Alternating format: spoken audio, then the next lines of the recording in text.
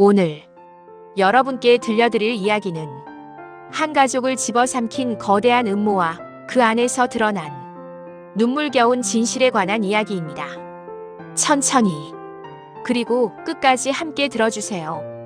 60대 초반의 정미경. 그녀는 병원 응급실 복도에 앉아 말을 잃었습니다. 아버지가 갑자기 쓰러졌습니다. 의식도 희미했고 의사들은 상황이 좋지 않다고 말했습니다. 하지만 미경을 더 충격에 빠뜨린 건 따로 있었습니다.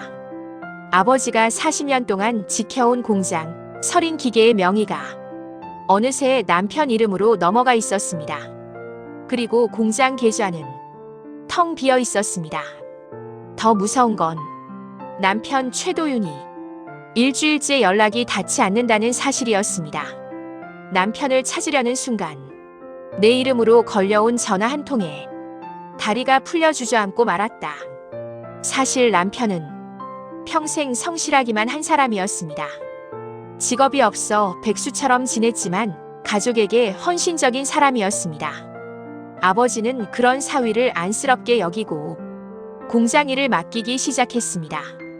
대표 대행 자리까지. 그땐 모든 게 잘 되는 줄만 알았습니다. 하지만 그 평범한 일상에 작은 균열이 생겼습니다. 남편이 서류를 혼자 보며 가족에게 보여주지 않기 시작한 것. 그때 느꼈던 작은 찜찜함이 이렇게 큰 비극의 시작이 될 줄은 정말 몰랐다. 아버지의 건강은 점점 악화됐고 병원 신세가 잦아졌습니다.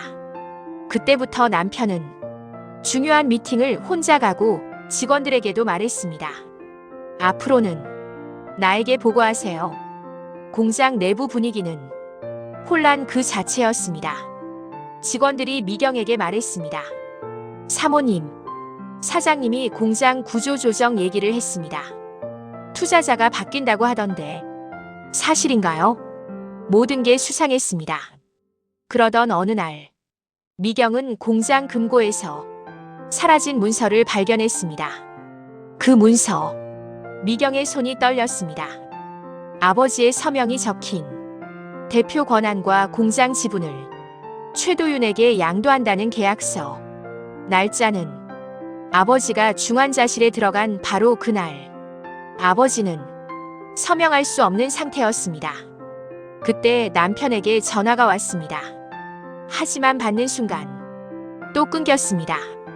그리고 바로 다음 순간 나를 더 큰 혼란에 빠뜨릴 메시지가 도착했다. 문자엔 단 한 줄. 미경아, 나 좀 도와줘. 이건 내가 한 게 아니야. 그리고 사진 한 장. 남편 뒤에 서 있는 수상한 남자 2명. 협박처럼 보였습니다. 곧이어 음성 파일도 왔습니다. 남편의 떨리는 목소리. 내가 명의를 넘긴 건 그놈들이 아버님을 노린 거야. 그때 누군가 미경을 찾아왔습니다.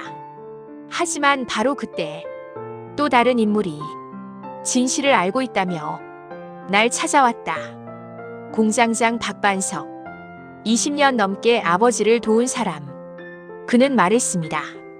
남편에게 접근한 자들은 오래전 아버지 사업을 무너뜨렸던 경쟁업체의 후계자들. 사모님, 지금 가만히 있으면 공장은 통째로 넘어갑니다. 미경은 결심했습니다. 남편이 정말 배신한 게 맞는지 아버지를 지키기 위해 모든 진실을 파헤치겠다고 우리는 결정을 내렸다. 그리고 그날 밤 진실을 들키지 않고 확인할 위험한 잠입을 감행했다. 잠입을 준비하며 남편의 사무실을 뒤지던 중 작은 비밀 서랍에서 남편의 수첩을 발견했습니다. 거기엔 수상한 날짜들, 이니셜, 아버님을 지켜야 한다는 메모. 미경의 눈가에 눈물이 고였습니다. 그는 끝까지 우리 가족을 지키려 했던 걸까? 사무실로 향하는 길.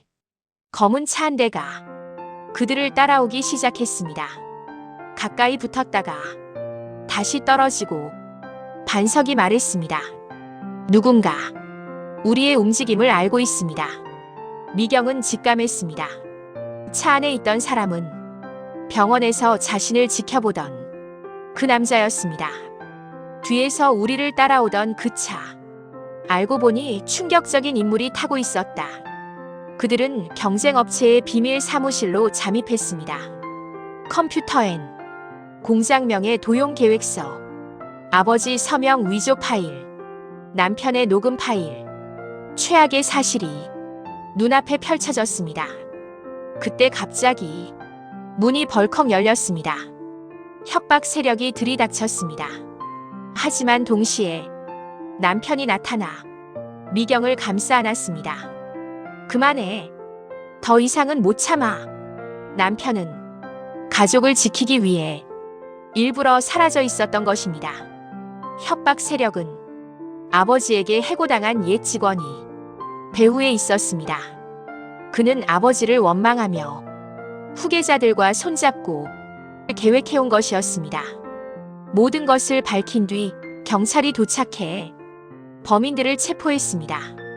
공장은 다시 원래의 모습으로 돌아왔습니다. 아버지는 미경에게 조용히 말했습니다. 겉모습만 보고 사람을 판단하면 안 된다. 약해 보일수록 더 큰 용기를 숨기고 있을 때가 있단다. 미경은 남편의 손을 잡았습니다. 당신을 의심해서 미안해요. 앞으로는 함께 이겨내요. 하지만 모든 것이 끝난 건 아니었습니다. 반석이 공장 사무실에서 USB 하나를 주었습니다. USB 안에는 놀라운 문서가 있었습니다. 진실이 아버지, 그리고 아버지가 숨겼던 더 큰 비밀이 암시되어 있었습니다. USB 속 마지막 파일 이름, 진실이 아버지. 나는 그때 깨달았다. 모든 것은 아직 끝이 아니었다.